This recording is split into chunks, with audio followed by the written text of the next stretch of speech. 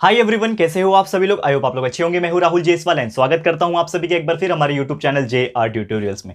Friends, आज again आपके सामने मोस्ट इंपॉर्टेंट सीईटी का वीडियो लेकर आ चुका हूं दोस्तों, जिसमें आज के दिन हम लोग पढ़ने वाले हैं हमारे 10th स्टैंडर्ड के सीईटी के सिलेबस का जो एग्जाम होने वाला है सीईटी का आपका 21 अगस्त के दिन, उसका आज एक और सब्जेक्ट का वीडियो आपके लिए लेकर आ गए हैं, जो कि हमें पढ़ना है सब्जेक्ट ऑफ ज्योग्राफी। एंड इस सब्जेक्ट का हम लेकर आ गए हैं आपके लिए चैप्टर नंबर 5, जिसका नाम है natural vegetation and wild life.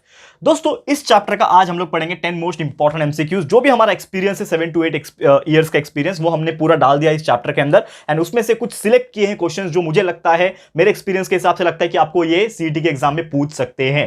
तो ये जो 10 एमसीक्यूज अभी आपको थोड़ी देर में स्क्रीन के ऊपर दिखाई देंगे, उसके चार ऑप्शन दिखाई देंगे। वो ऑप्शंस में कौन सा करेक्ट आंसर है वो भी बताऊंगा, उसका एक्सप्लेनेशन भी बताऊंगा, कंसेप्चुअल नॉलेज भी बताऊंगा, एंड बाकी के जो ऑप्शंस होते हैं वो भी क्यों नहीं है वो भी मैं आपको बताऊंगा। तो इस तरीके से आपका पूरा दिमाग जो है कंसेप्चुअल नॉलेज से भर जाएगा, ताकि एग्जाम में अगर कोई इसके रिलेटेड भी क्वेश्चन पूछे ना तो उसका जवाब आप दे पाओगे। ठीक है, तो अच्छे से ध्यान से देखना। अभी आपको 10 एमसीक्यू स्क्रीन के ऊपर नजर आएंगे। और आप एक चीज और मैं बता दूं कि आप देख सकते हो बोर्ड पे हमने लिखा हुआ है डे 10, यानी कि आज हमारा 10वां दिन है। और इसके पहले हमने 9 डेज लगातार आपके लिए जो भी सब्जेक्ट्स है 3 to 4 सब्जेक्ट्स पर डे के हिसाब से हमने वीडियो अपलोड किया है। आप जाके चेक कर सकते हो प्लेलिस्ट के अंदर। हमने ऑलरेडी बहुत सारे चैप्टर्स इसके पहले साइंस के, मैथ्स के, science 1 science 2 part 1 part 2, maths part 1 part 2, history geography political science, सबके वीडियोस बना के रखे। और आपके कन्वीनियंस के लिए, अच्छाई के लिए यहाँ पे एक प्लेलिस्ट क्रिएट किया हुआ है, ताकि आपको पता चल जाएगा और ज्यादा टाइम आपको ढूंढने में देना नहीं पड़ेगा। आपको ऊपर ही प्लेलिस्ट दिख जाएगा, जिसमें हमने साइंस के वीडियो, मैथ्स के वीडियो एंड हिस्ट्री ज्योग्राफी जो पॉलिटिकल साइंस है उसके एसएसटी के वीडियोस वहां पे आपको देखने मिल जाएंगे। तो कम समय में ज्यादा नॉलेज आप ले सकते हो, क्योंकि वैसे भी बहुत कम टाइम बचा है।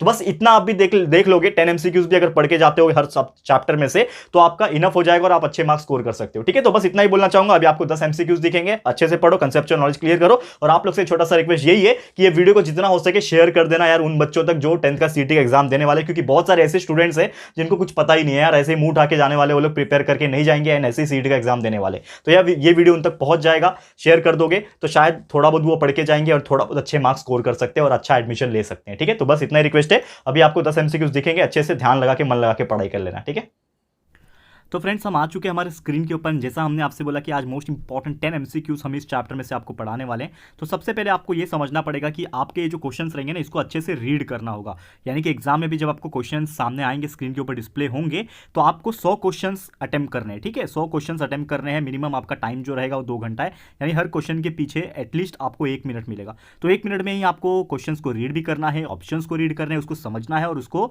यहाँ पे आंसर भी करना है। करेक्ट है, तो इसके लिए आपको थोड़ा सा फास्ट पढ़ने का और हैबिट डालना पड़ेगा। तो सबसे पहले हम लोग यहाँ पे स्क्रीन के ऊपर आप देख सकते हो क्वेश्चन हम डिस्प्ले किए हैं, और आपको यहाँ पे ध्यान से समझना पड़ेगा क्वेश्चन क्या पूछा है, और उसके ऑप्शंस यहाँ पे बता रहा हूँ मैं। इसको समझ लो अच्छे से और इसको मेमोराइज कर लो, याद रख लो, ताकि अगर इसमें से कोई क्वेश्चन अगर फ्रेम हो जाएगा एग्जाम में तो डेफिनेटली आप उसका आंसर जो है कर पाओगे। ओके, तो पहला क्वेश्चन यहाँ पे देखोगे स्क्रीन के ऊपर, the region receiving rainfall between 1000 millimetre to 2000 millimetre in India dash forest are found. यानी कि इंडिया में अगर कोई एक ऐसा रीजन है जिसमें रेनफॉल जो है 1000 मिलीमीटर से 2000 मिलीमीटर तक होता है, तो ऐसा जगह पे कौन सा फॉरेस्ट पाया जाता है। तो ऑप्शन है deciduous forest, evergreen forest, grassland या फिर थ्रोनी। तो इसका सही जवाब है दोस्तों डेसिडियस फॉरेस्ट। यानी डेसिडियस एक ऐसा टाइप का फॉरेस्ट होता है जिसमें जो रेनफॉल होता है काफी हैवी भी होता है, और एक टाइम पे 1000 mm से लेकर 2000 मिलीमीटर तक बरसात होती है। ये आपको याद रखना है। ठीक है, तो करेक्ट आंसर हो जाएगा deciduous forest, option number A. Next question की बात करें यहाँ पे, जो कि पूछा है as we move away from the equator. यानी कि इक्वेटर होता है, आप जानते ही हो। ठीक है, मैं इसका एक्सप्लेन करूंगा, लेकिन पहले क्वेश्चंस को रीड कर लेता हूं कि as we move away from the equator rainy days as well as the amount of rainfall dash. यानी कि जब हम लोग इक्वेटर से दूर जाते हैं, अवे की तरफ जाते हैं, तो रेनी डे या फिर रेनफॉल जो होता है उसका क्या होता है, वो इंक्रीज होता है कि रिड्यूस होता है कि रिमेन कांस्टेंट होता है या फिर नन ऑफ दिस आएगा। तो यहाँ पे सबसे पहले इमेजिनेशन करो कि हमारा पृथ्वी है गोल सा, उसमें बीच का जो इमेजिनरी लाइन है उसको हम लोग क्या बोलते हैं, इक्वेटर बोलते हैं। तो अगर हम इक्वेटर से दूर जाएंगे, यानी कि कहाँ जाएंगे, पोल की तरफ जाएंगे, ऑब्वियसली यहाँ पे नॉर्थ पोल होगा, और नीचे की तरफ अगर जाएंगे तो यहाँ पे साउथ पोल होगा। तो अगर हम इक्वेटर से दूर हटते हैं तो ऑब्वियसली क्या होगा, जब हम लोग दूर हटते हैं तो वहां पे क्या होता है, जो टेम्परेचर होता है ना, वो भी क्या होने लगता है, धीरे धीरे रिड्यूस होने लगता है। तो जब टेम्परेचर रिड्यूस होने लगेगा तो सीधा सा इसका मतलब यही होता है कि जो रेनफॉल होगा वो भी क्या हो जाएगा दोस्तों, रिड्यूस ही होने लगेगा, यानी कम होने लगेगा। तो यानी कि अगर हम लोग इक्वेटर से दूर जाते हैं तो हमारा जो रेनी डे होता है या फिर रेनफॉल जो होता है वो सीधा सीधा क्या होता है, कम होने लगता है, रिड्यूस होने लगता है। तो इसका आंसर क्या हो जाएगा, रिड्यूसेस। क्लियर है, समझ में आ गया। चलते हैं नेक्स्ट क्वेश्चन की तरफ। थर्ड क्वेश्चन यहाँ पे आप देखोगे, among these which is not the forest type of Brazil. यानी कि इनमें से क्या ऐसा है जो फॉरेस्ट टाइप ब्राजील का नहीं है, which is not the forest type. देखो क्वेश्चन में अक्सर लोग क्या करते हैं, गड़बड़ ये करते हैं क्योंकि वो नॉट वर्ड को रीड ही नहीं करते हैं। वो लोग ये सोचते हैं which is the forest type of Brazil. तो यहाँ पे लोग गलती ना करें, इसके लिए मैं बार बार आपको रिपीट करवा रहा हूँ कि क्वेश्चन में पूछा है कि इनमें से कौन सा फॉरेस्ट टाइप नहीं है ब्राजील का, नॉट है, ठीक है। तो सबसे पहले ऑप्शन में देखोगे thorny Bush type vegetation, evergreen forest, Himalayan forest या फिर डेसिडस फॉरेस्ट। तो यहाँ पे एक सीधा सीधा नाम दिख रहा है आपको, हिमालयन फॉरेस्ट। ये एक ऐसा फॉरेस्ट है जो इंडिया में पाया जाता है और क्वेश्चन पूछा है ब्राजील का, तो इसको हटा दो, बाकी सब क्या होंगे, फॉरेस्ट होंगे ब्राजील के अंदर के। तो हमारा आंसर हो जाएगा हिमालयन फॉरेस्ट। क्लियर है, समझ में आ रहा है क्या पूछा था यहाँ पे कि इसमें से कौन सा ब्राजील का फॉरेस्ट नहीं है। तो ब्राजील का फॉरेस्ट कौन नहीं होगा, जो इंडिया में पाया जाएगा, जैसे कि हिमालयन फॉरेस्ट। तो हिमालयन फॉरेस्ट इंडिया में पाया जाता है, इसके लिए ये ब्राजील का पार्ट नहीं है। तो यही हमारा आंसर हो जाएगा। क्लियर है, समझ में आ गया। चलते हैं नेक्स्ट क्वेश्चन। देखो ऐसे टाइप के क्वेश्चंस बहुत सारे इसमें कि among this which is not the forest type of India, यानी कि इंडिया का कौन सा ऐसा फॉरेस्ट टाइप नहीं है, नॉट पूछा है। देखो फॉरेस्ट टाइप ऑफ इंडिया नहीं है, मैनग्रोव्स फॉरेस्ट है, मेडिटेरियन फॉरेस्ट है, थ्रोनी बुश टाइप वेजिटेशन है, इक्वेटोरियल। तो आप देखोगे मैनग्रोव्स भी हमारे इंडिया में पाया जाता है, थ्रोनी वाला भी पाया जाता है, इक्वेटोरियल भी पाया जाता है। लेकिन ये जो मेडिटेरियन जो फॉरेस्ट होते हैं ना, ये मेडिटेरियन कंट्रीज में ही पाए जाते हैं, जैसे कि ब्राजील वगैरह जो होते हैं ना, ये एक मेडिटेरियन कंट्रीज है, ठीक है ना, वहाँ पे पाए जाते हैं ज़्यादा। तो इसके लिए इसका जो आंसर हो जाएगा ये हो जाएगा मेडिटेरेनियन फॉरेस्ट। ये सिर्फ नहीं बोलूंगा, लेकिन ये ज़्यादातर जो है मेडिटेरियन इलाके जैसे ब्राजील वगैरह के आसपास पाया जाता है, ये इंडिया में पाए नहीं जाता, इसके लिए ये इसका आंसर हो जाएगा मेडिटेरियन फॉरेस्ट। क्लियर है, याद रहेगा। चलते हैं नेक्स्ट क्वेश्चन की तरफ। पांचवा क्वेश्चन ये पूछा है आपको कि among this what is not the type of fauna of Brazil, यानी कि ब्राजील का फौना का टाइप नहीं। फौना मतलब आपको पता है फ्लोरा एंड फौना। तो फ्लोरा क्या बताता है, प्लांट्स के बारे में बताता है, ट्रीज के बारे में बताता है, और जो फौना होता है वो एनिमल्स के बारे में बताता है। तो इसमें से कौन सा ऐसा एनिमल नहीं है जो ब्राजील में पाया जाता है, ठीक है। यानी कि इसमें से 3 ऐसे होंगे जो ब्राजील में पाए जाते हैं, लेकिन एक ऐसा होगा जो इंडिया में ही पाया जाता है, जैसे कि एनाकोंडा। तो एनाकोंडा में इंडिया में बिल्कुल नहीं पाया जाता, ये सिर्फ और सिर्फ ब्राजील में पाया जाता है, तो ये एनाकोंडा तो आ जाएगा। टमेरिन जो होता है, टमेरिन ये एक टाइप का लायन होता है, अलग टाइप का, गोल्डन लायन बोलते हैं इसको। ये भी सिर्फ और सिर्फ ब्राजील में पाया जाता है, और लायन जो है इंडिया में भी पाया जाता है और ब्राजील में भी पाया जाता है। तो ये इसका आंसर नहीं हो सकता क्योंकि ये दोनों में पाया जाता है। लेकिन एक ऐसा जीव भी है जो सिर्फ और सिर्फ इंडिया में पाया जाता है, जिसको बोलते हैं मकाओ। तो मकाओ क्या होता है, एक टाइप का बर्ड होता है, रंग बिरंगा कलर का, इसको सर्च कर लेना कि नेट पे कैसा दिखता है ये। तो बर्ड एक होता है जो कि सिर्फ इंडिया में ही पाया जाता है, एक ऐसा पक्षी है जो इंडिया में ही पाया जाता है। तो इसका आंसर ये हो जाएगा, क्योंकि यही एक ऐसा चीज है जो ब्राजील के फौना में नहीं पाया जाता, ये ब्राजील में नहीं होता है, बिल्कुल भी नहीं होता है, सिर्फ इंडिया में होता है। तो इसके लिए इस क्वेश्चन का जो आंसर हो जाएगा कि कौन सा ऐसा एनिमल नहीं है जो ब्राजील में पाया जाता है, तो वो है दोस्तों मकाओ। ठीक है, याद रहेगा आंसर। क्लियर है, चलते हैं नेक्स्ट क्वेश्चन की तरफ, 6th क्वेश्चन की तरफ जाते हैं। Among these what is not the type of flora of India, यानी कि आपको एक क्वेश्चन पूछा है कि इंडिया जो है इसमें फ्लोरा यानी प्लांट्स वगैरह जो होते हैं, पेड़ पौधे जो होते हैं, इसमें से कौन सा ऐसा प्लांट या फिर पेड़ है जो इंडिया में नहीं पाया जाता है, which is not the type. ठीक है, नहीं पाया जाता है। दियोदार, यार नाम तो बहुत फेमस है, दियोदार तो बिल्कुल पाया जाता है इंडिया में। अंजन ट्री पाया जाता है, बनियान ट्री जो जिसको हम लोग बरगद का पेड़ बोलते हैं वो भी पाया जाता है। तो सिर्फ एक ही एक ऐसा दिख रहा है आपको ऑर्चिड, जो इंडिया में नहीं पाया जाता है। और आपको पता है ऑर्किड्स के बहुत सारे प्लांट्स भी आते हैं, फ्लावर्स भी आते हैं, तो ये सब इंपोर्टेड होता है, यानी कि कहीं ना कहीं से मंगाया जाता है इसको। ठीक है ना, इंडिया में नहीं उगते हैं ये सब, इंडिया में नहीं पाया जाता है ऑर्चिड्स। ठीक है, तो इसीलिए इस चीज का आंसर हो जाएगा ऑर्चिड, यानी कि इसमें से कौन सा नहीं है इंडिया का पार्ट, ऑर्चिड जो है इंडिया का फ्लोरा का टाइप नहीं है। याद रहेगा, क्लियर है। चलते हैं नेक्स्ट क्वेश्चन की तरफ। 7th क्वेश्चन यहां पे स्क्रीन के ऊपर दिख रहा होगा आपको। Huge anacondas are found in the swampy areas of dash, यानी कि जो बड़े बड़े एनाकोंडा होते हैं ना, जैसे मूवीज में आपने देखा होगा, रियली में भी वैसे एनाकोंडा होते हैं। इतने बड़े नहीं होते जितना मूवी में दिखाता है, लेकिन लगभग उसके शेप के आसपास होते हैं दोस्तों, अप्रॉक्सीमेटली उसके ही आसपास होते हैं। इतने बड़े बड़े एनाकोंडास वाकई में होते हैं। तो ये जो एनाकोंडास है ये कहां पाए जाता है, are found in dash swampy area of dash, कहां पाए जाते हैं। तो 4 ऑप्शन है यहाँ पे, दैट इज पैंटानल, यहाँ पे पहला ऑप्शन देख पा रहे होंगे, पैंटानल है, ठीक है ना, पैंटानल बोल लो या फिर जो भी इसका प्रोनाउंसिएशन है। फिर अमेजॉन रिवर है, हिमालयन माउंटेन है, नन ऑफ दिस है।